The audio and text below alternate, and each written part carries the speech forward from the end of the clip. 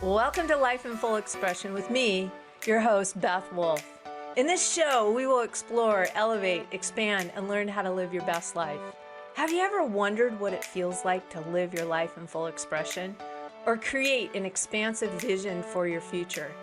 Get ready to be energized to fully express yourself, discover your heart's clarity for dynamic direction in life decisions, and develop your unique capabilities so you are delivering your ever-increasing capacities into your world. Join me, Beth Wolfe, and unleash the limitless capabilities of your soul, experiencing amazement, collaboration, fun, and purpose. Life in Full Expression starts now. Hey guys, welcome to another episode of Life in Full Expression, and I get to be your host, Beth Wolfe. Today we're going to continue to explore and elevate, expand our listening skills, learning little bits more about the secret of world-class listeners. And I continue to learn more as I've done research on these for us. But first I want to recap. Remember, Life in Full Expression is really about 7 dimensions of life. And this particular one, I put in the occupational dimension because really, and you could put it in the relationship social, because really this can help you in your professional career, bar and none. So there are lots of nuggets. I'm going to do a recap here in this first segment of what we went over in the part 1 of the secrets of the world-class listener. So just starting off looking at 6 levels that we could explore, elevate, and expand in this area. The level 1 is really about creating the right environment for that to occur. So, just a quick recap on if you're meeting a friend for coffee and you're just catching up and the coffee shop's kind of noisy, and then you notice that your friend is kind of struggling and starting to share something that has a deeper depth to it and importance, that you could just scan the coffee area and see if maybe you could find a little bit quieter place to have the discussion and let the person know, hey, I really want to hear what you're having to say. There's a little quieter place outside that we could go. What do you think about that? And so again, level 1 is really about creating the right environment.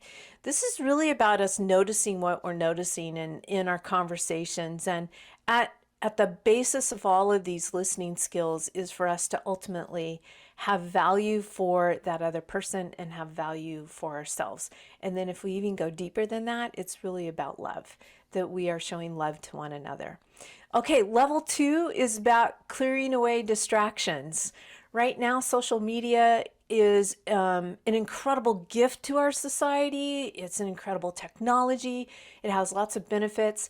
Yet in listening skills, when you're in conversation with someone, it's not ideal for us to be looking at our phones and looking at notifications from all different kinds of social media that you may be tapped into. So that level 2 really is so that you can focus on what that person is saying, what that speaker is saying, and for you to either silence your phone, put it away in a backpack, put it away in a briefcase or something like that, and just really give your speaker that full attention is level 2.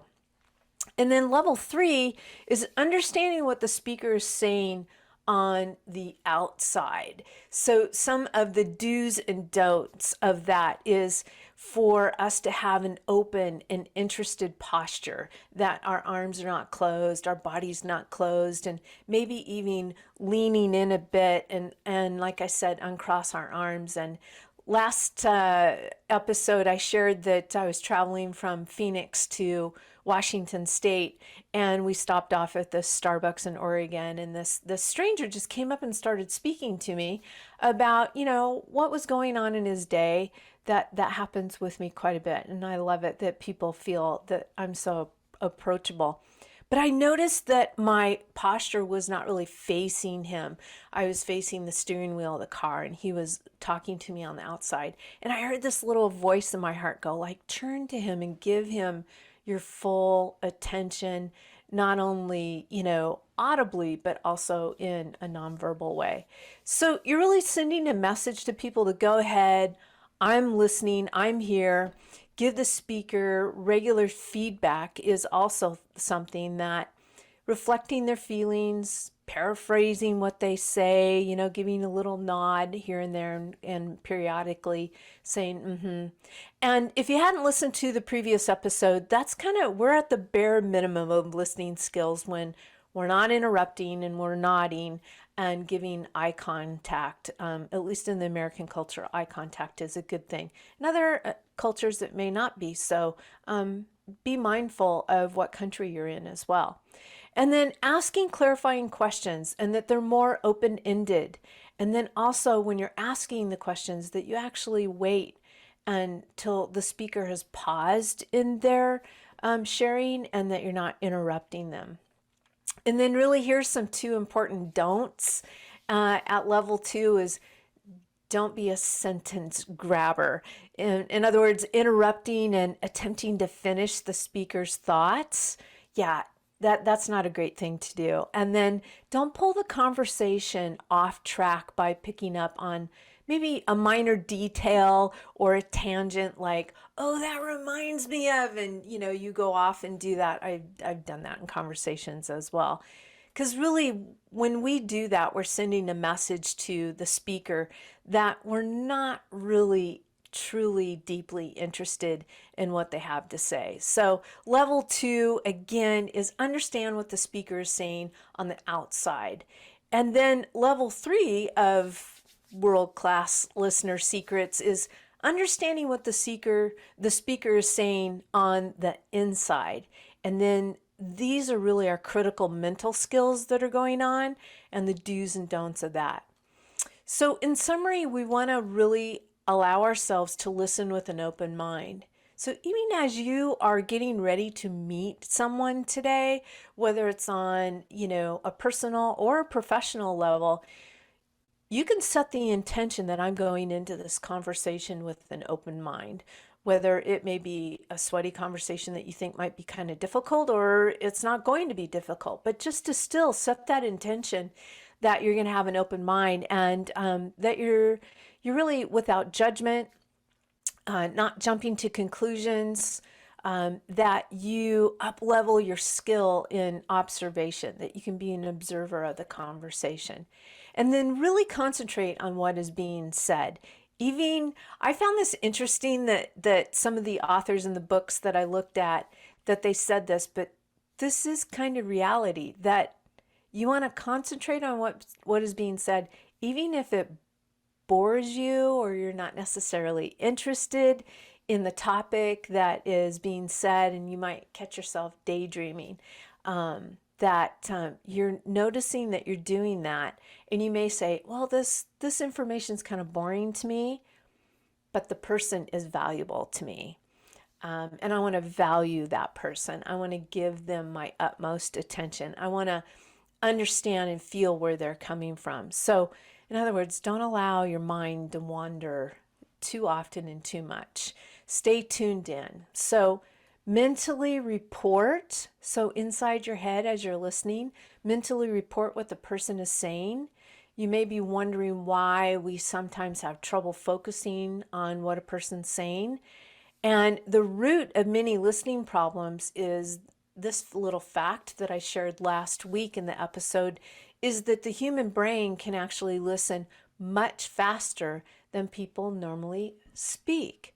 So the average speech rates are between about 125 to 175 words a minute, whereas we can actually process on the average of 400 to 800 words a minute. So it really does take some concentrated attention that, hey, my mind can go a lot faster than what this person is speaking.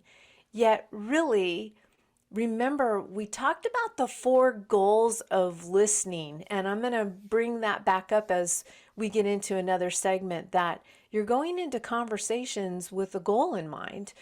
For example, one of them is you coming to learn something like just now, or you're going into a conversation to give someone solace or help them out a little bit.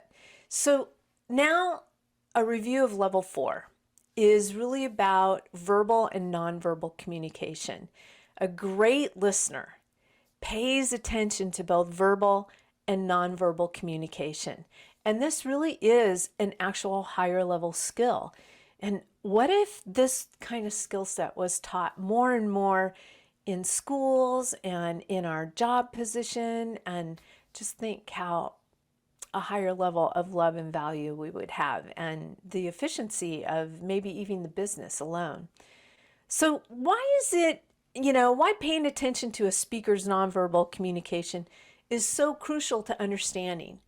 Well, here's a couple things to remember. Because noticing a speaker's nonverbal communication is often the key to understanding how he or she actually are feeling on the inside. And understanding how that person is feeling often on the inside is really the key to fully understanding what they are trying to say, what they're trying to communicate. And so this is because our words really are so often inadequate about getting across our full meaning. And, a mentor that I've learned from is that in essence, we can either be communicating in a skillful way or an unskillful way. We might be, crying out for love or trying to express love, and we just don't have the words for it. But our body is communicating it in some nonverbal way. So what if we actually could up-level our listening skills? So in a nutshell, that's a recap a little bit of last episode. Level 1, make sure that you have the right environment.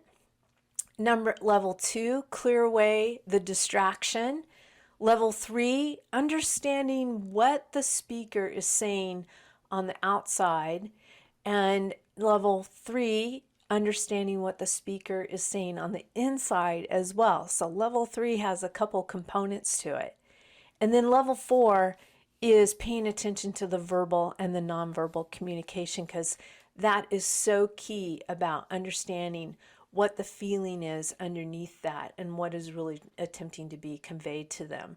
So now that we've recapped what was in the last episode in those 4 levels, after this short break, I'm going to bring you back and we're going to start to dive into level 5, which is really about listening and going beyond the verbal and nonverbal communication and actually acknowledging those feelings and expressing empathy for the speaker. And I'm going to share some ways on how you can discover and develop and deliver this listening skill by acknowledging it. So stay tuned after this short break. I'll be right back with more Life in Full Expression with Beth Wolfe.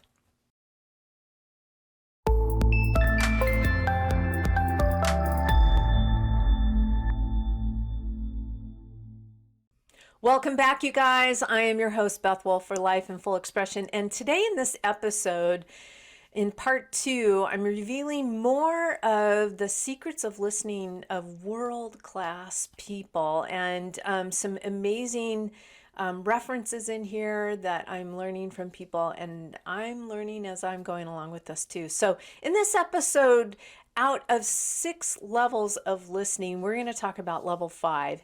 And that is all about going beyond the verbal and the nonverbal communication and really learning a skill set on how to acknowledge someone's feelings and express empathy for the speaker, for the person that you're listening to.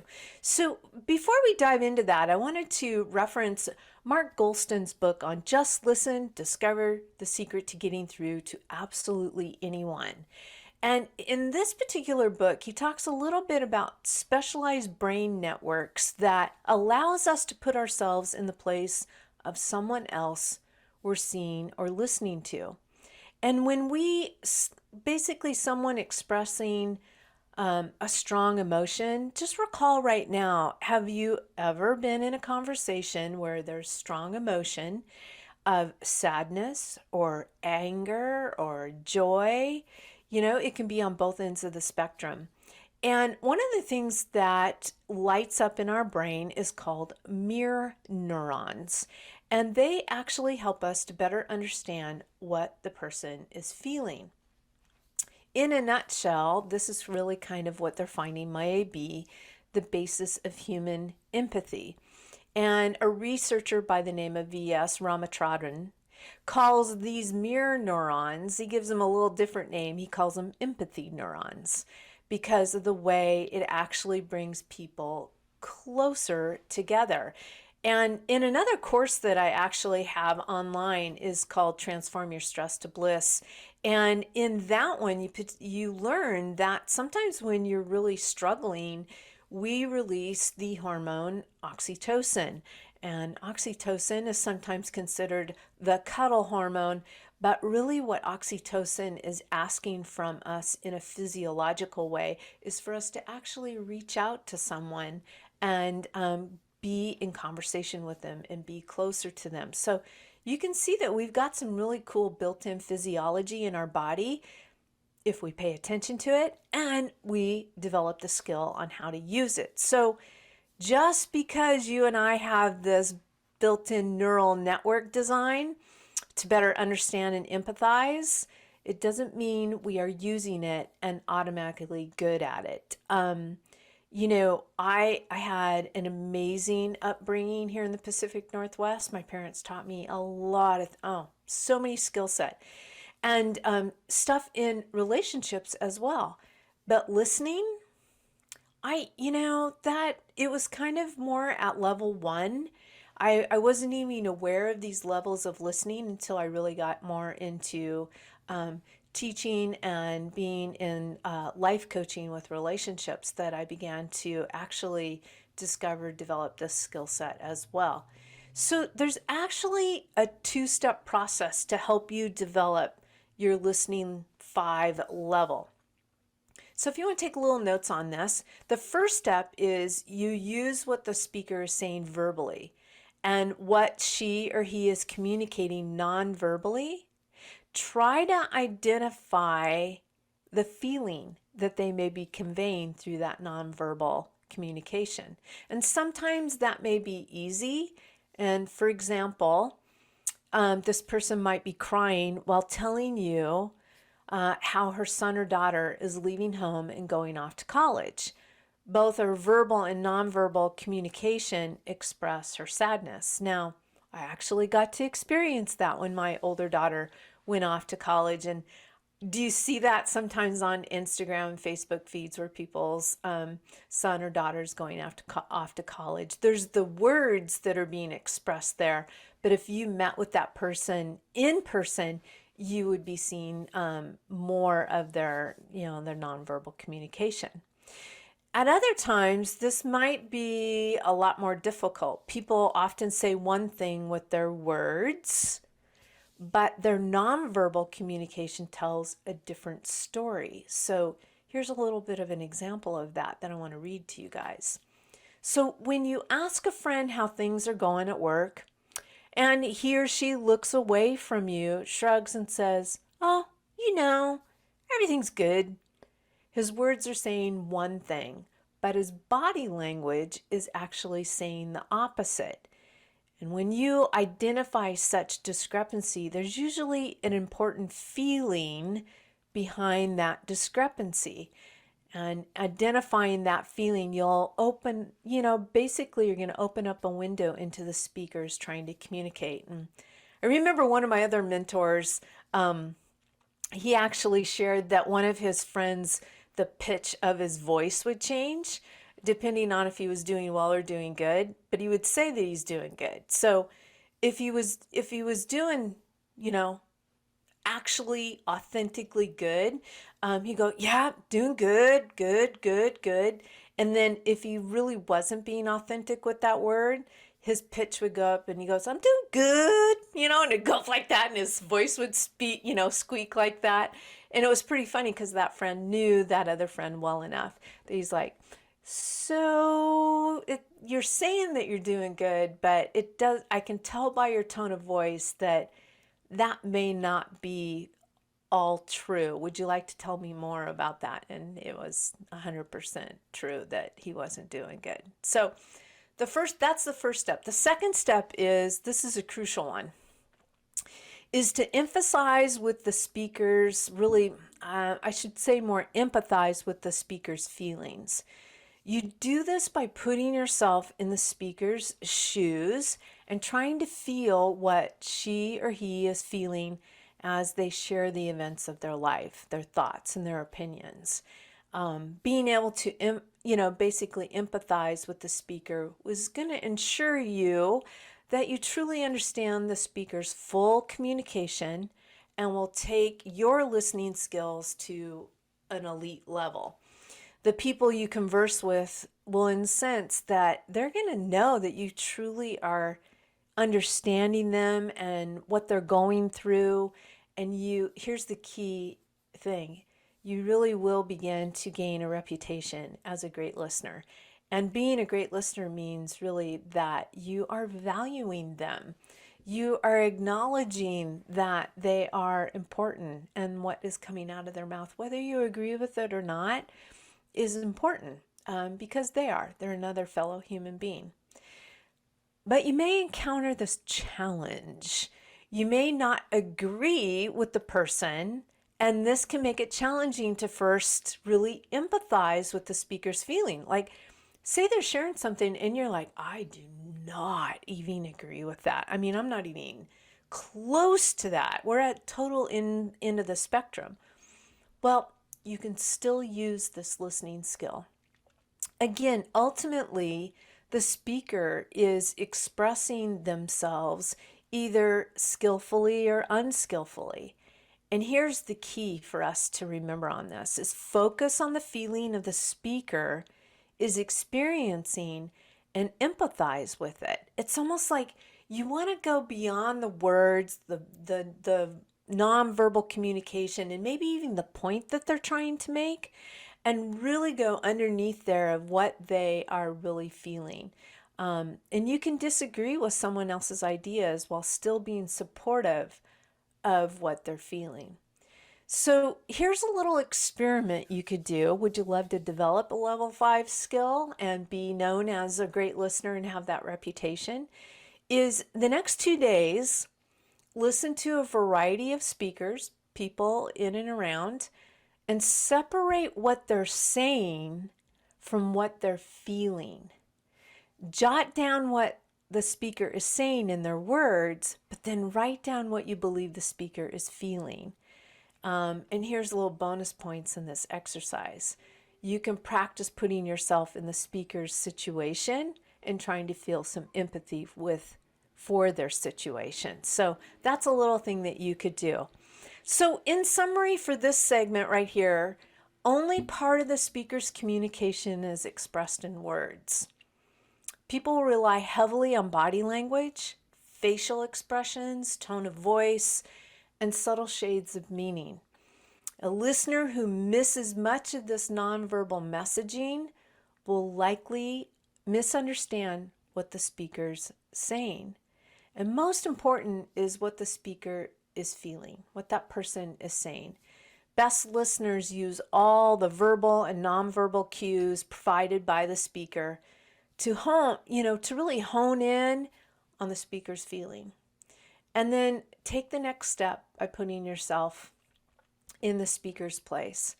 And then here's a final exercise that you could experiment with and further develop your level 5 listening skills is recall a conversation that you've had in your life and recall when you were really deeply listened to. Identify that person. Who's the best listener you have ever known thus far in your life? Who is that person? And then recall the conversation and why you think the person demonstrated great listening skills in that situation. And it just reminds me of really, what were you valuing about yourself in that conversation? What were they valuing about you? Because so much of it comes down to our core values of what's going on in our life. So there's some nuggets to up-leveling your listening skills and knowing the secrets of a world-class listener. And after this short break, we're going to come back and I'm going to share a little bit more about listening as the foundation for reaching an agreement. Because we've talked about the do's and don'ts, and we've talked about the different levels of spectrum where here's your point of view, here's their point of view, but what would it be like to have a real foundation for reaching an agreement?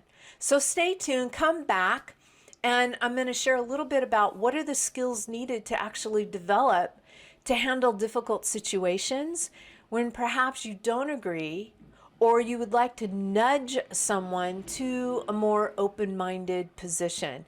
So stay tuned. This is Beth Wolfe with Life in Full Expression. We're going to be right back after this short break.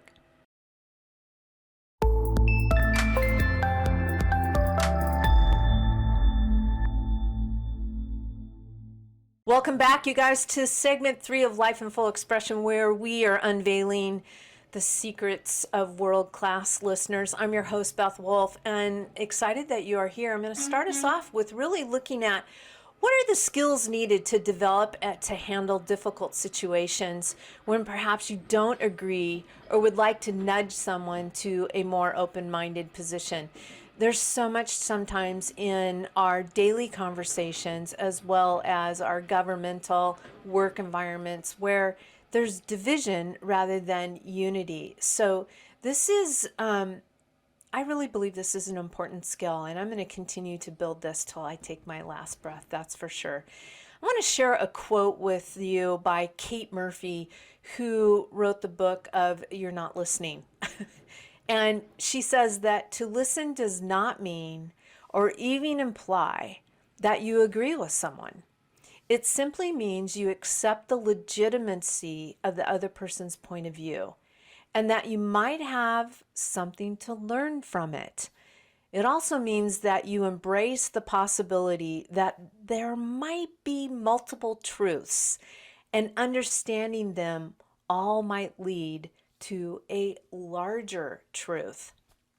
And I grew up, in religious mindsets that were taught to me. And as I went off to college and into the working environment, and now in my 5th decade of being on this earth, and went into life coaching, I have had clients from all different religious backgrounds.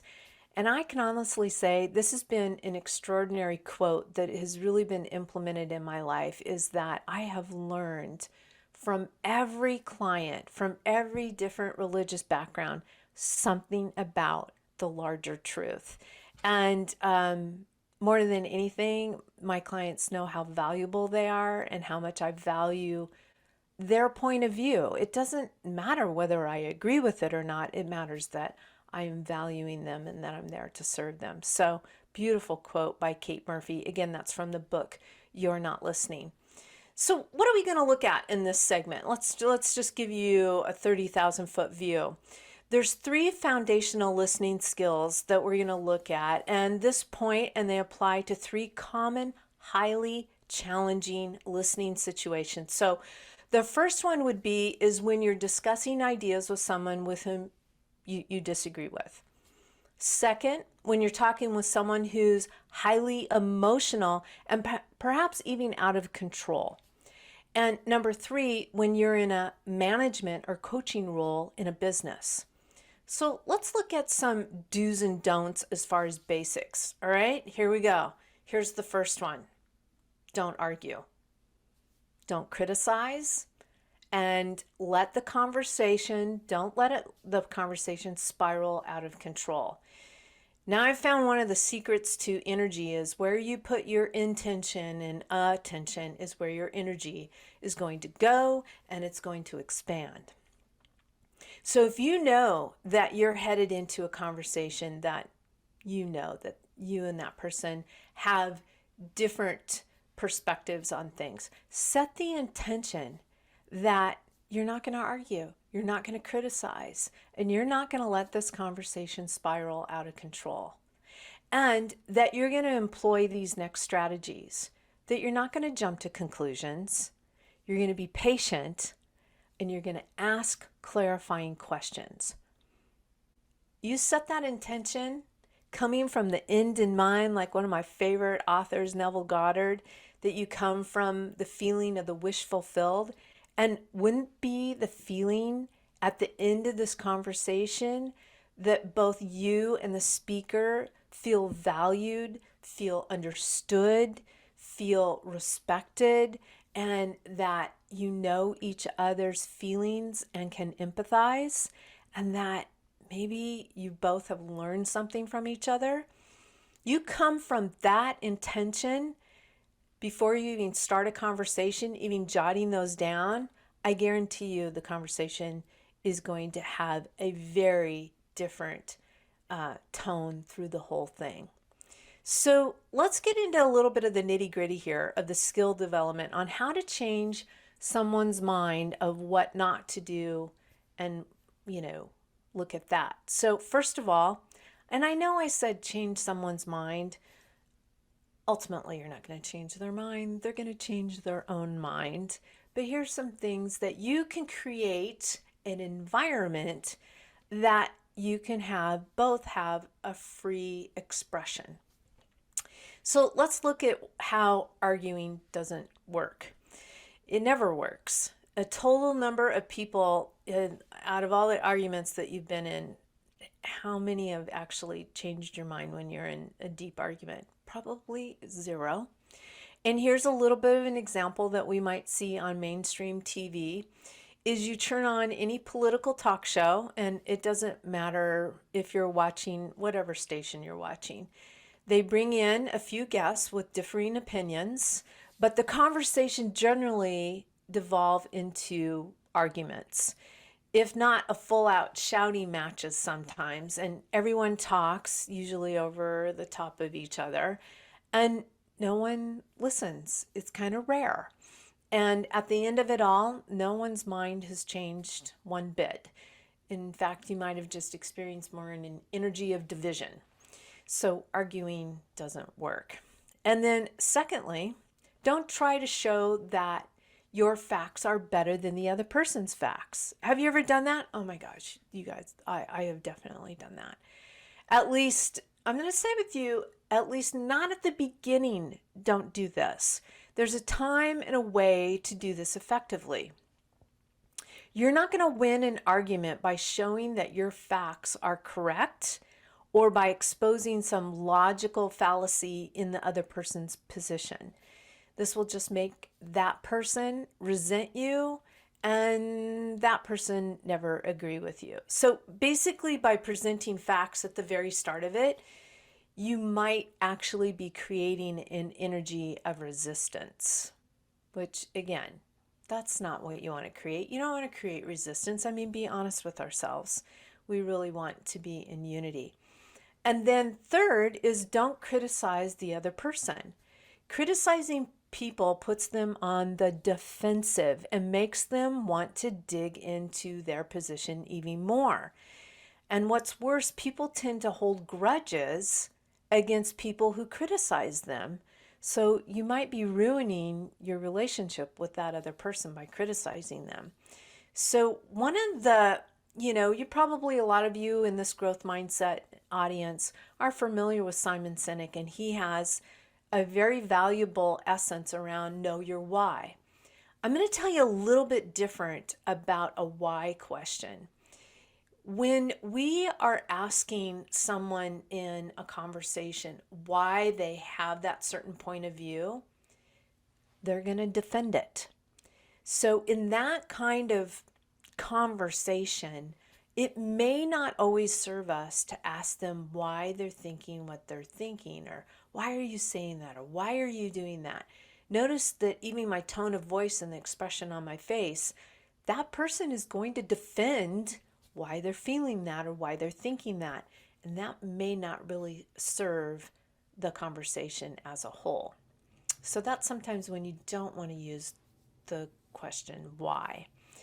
Number 4 is don't let the discussion spiral out of control. If you think there's a chance that your discussion might escalate into an argument, proactively establish some boundaries. Say, let's talk about this, but no name calling or character assassination.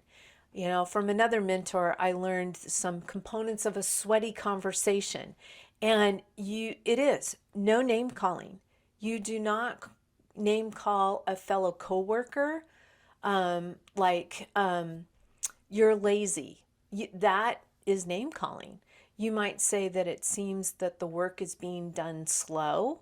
See how the difference of that is? You're not telling that person their characteristics. You're looking at the level of fact of how something is getting done so that the person isn't feeling personally attacked, and so that you can come from a solution standpoint. Because what if you're not aware of something's not going well on that, in the line of the business, and it doesn't have anything to do with the person's energy level or efficiency, but that there's something maybe wrong with the system. So you want to be really careful about character assassination. Don't do that. It's not going to serve either one of you. And you might establish these boundaries again at the beginning of the conversation or any point during it when it seems appropriate. For example, if it came out of my mouth and I just, noticed, I just assassinated your character, or I just name called you. Please forgive me. Can we just cancel that and let me do that over? You can do that in the middle of a conversation. Go for that. Be proactive. Be aware of what you're saying. So it's important when discussing an issue about which you and the other person disagree that you first and foremost, here's a key element, and you can set your intention for this, is to remain calm. And this is something personally that I really struggled with. Like I shared with you, my parents gave me an extraordinary upbringing. And yet my mom was modeled a behavior from her father that was a bit volatile. And so then I saw that modeled to me. And so I picked up that model as that's what it looked like for me to solve problems, is I didn't remain calm. It's almost like I escalated and didn't have that skill set. And so for years I would go, man, what would it take for me to extinguish this, this volatility in me? Well, that was the wrong question to even ask. Once I learned more about the laws of the universe and energy, I began to declare over myself that I am calm. I am serene. And more of that came into my life, and I was able to practice it more and more. So it is important that we remain calm.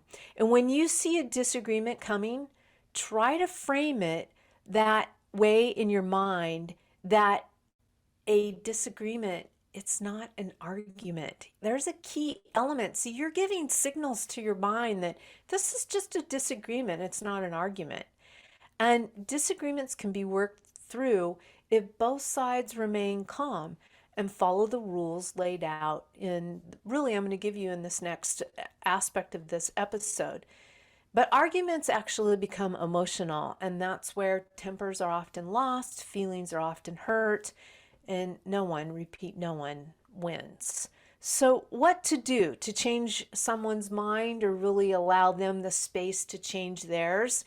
There's a very key element, and I am confident that you've probably heard this phrase before, but it really comes from seek first to understand, then to be understood.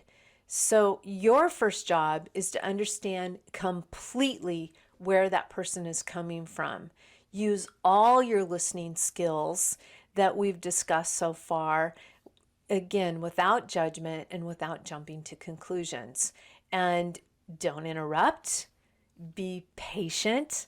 A pause or even a long one doesn't necessarily mean the speaker has finished. Sometimes it takes time to formulate what one wants to say and to give the speaker time. And that's where you could really pay attention to the nonverbal communication. Just because the words stopped out of that person, look at their eyes, look at their facial expression. A lot of times when they might be looking up, they're finding their next thought. And what would it hurt for you just to give them space to find that thought and bring it into the conversation? And then also asking clarifying questions if necessary. Make sure you understand exactly what the other person means, but wait again till they pause before doing so. And then do everything you can to empathize with the feeling behind the person's communication, even when you disagree with the point of view. So here's a little thing that you could do to practice this, all right? So if you want to practice viewpoints that you don't agree with, like, there is no way I agree with that, Beth. Here's a little something that you could do. You could choose a TV program or a platform that you disagree with. Go there, listen to that person as if they were in the room with you. Practice seeing and understanding that first. And notice in yourself when you feel tempted to respond. Remember, you're listening to viewpoints that you don't agree with. So notice when you're tempted to respond, when you feel yourself losing patience, when you catch yourself planning to counter response instead of honestly thinking about what the person is saying. And then be understanding the feeling behind the person's communication. Is there something valid to the feeling? It may not be, again, their point of view and what they're saying, but is there something valid to the feeling underneath it, even if you believe the point of view is completely off base? So those are some really good nuggets that you could practice. I'd love it if you even, you can go on my website at www.bethwolfe.com and send me some messages if you practice this. I would love to hear it on there. And we'll come back after this break, and we're really going to come back helping someone else change his or her mind, is what I've been talking about.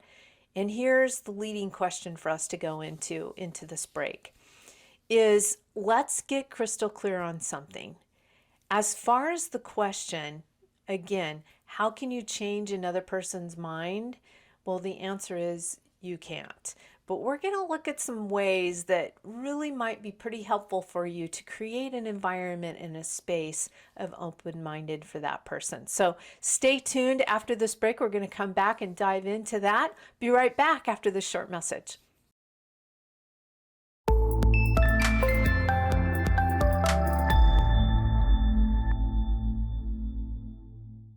Welcome back, you guys. I'm your host, Beth Wolfe, with Life in Full Expression.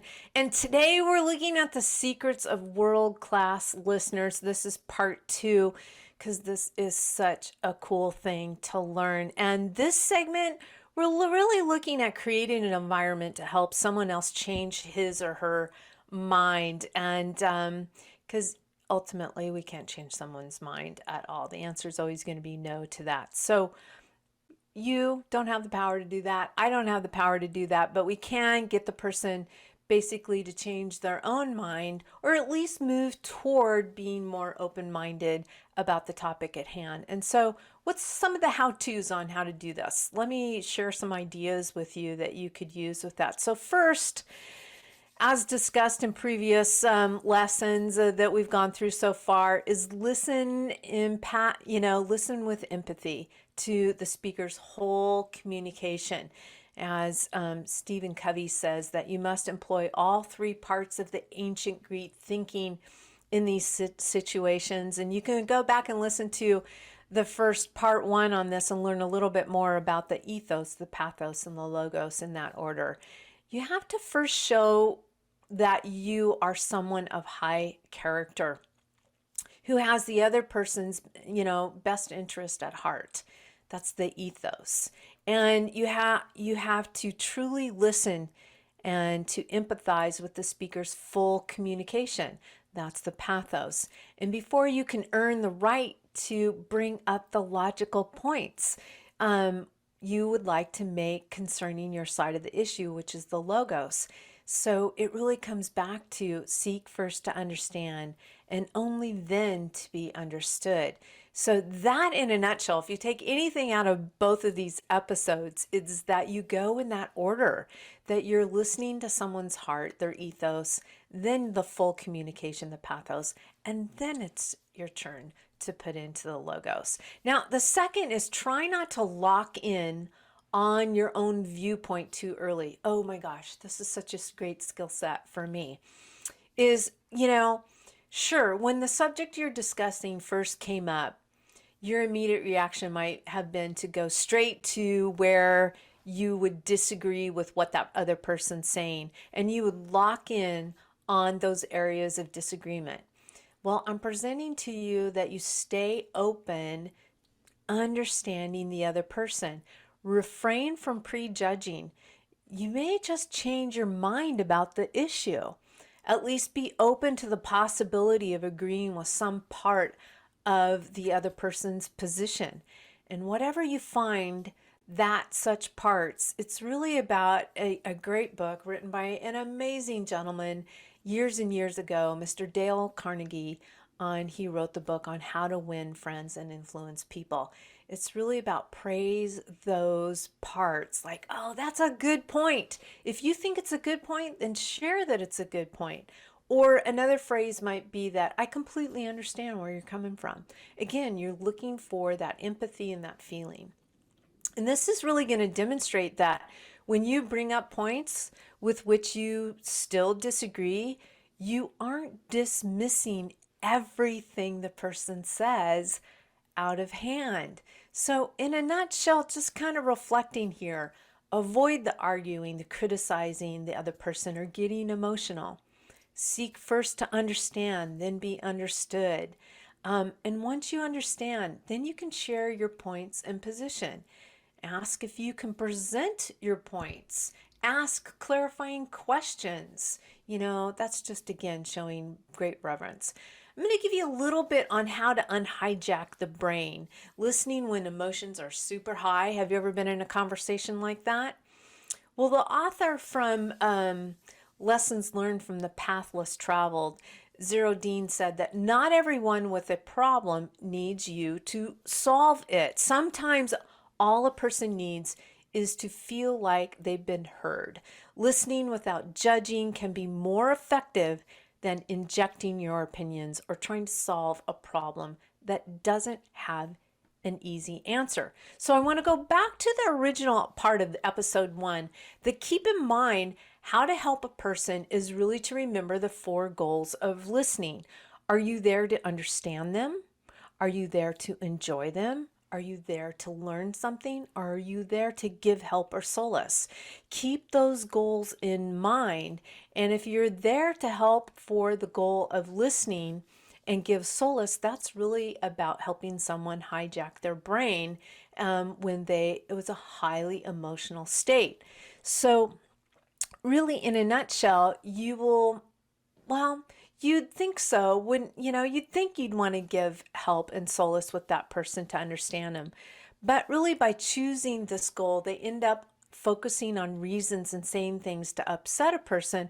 You don't want to say the statement, and here's the why question. Why are you getting so upset? I don't know why you don't just do blank, blank, blank. None of this is helpful to the person who's freaking out at all. So in a nutshell, the key to this situation is put yourself really kind of in listening mode, both the verbal and the nonverbal. And you'll see really that will be super helpful. It will help them be calm. You're going to be calm. And it really allows the situation to come at a greater solution. So in a nutshell, the most important thing, you need to adopt an attitude of service in these situations.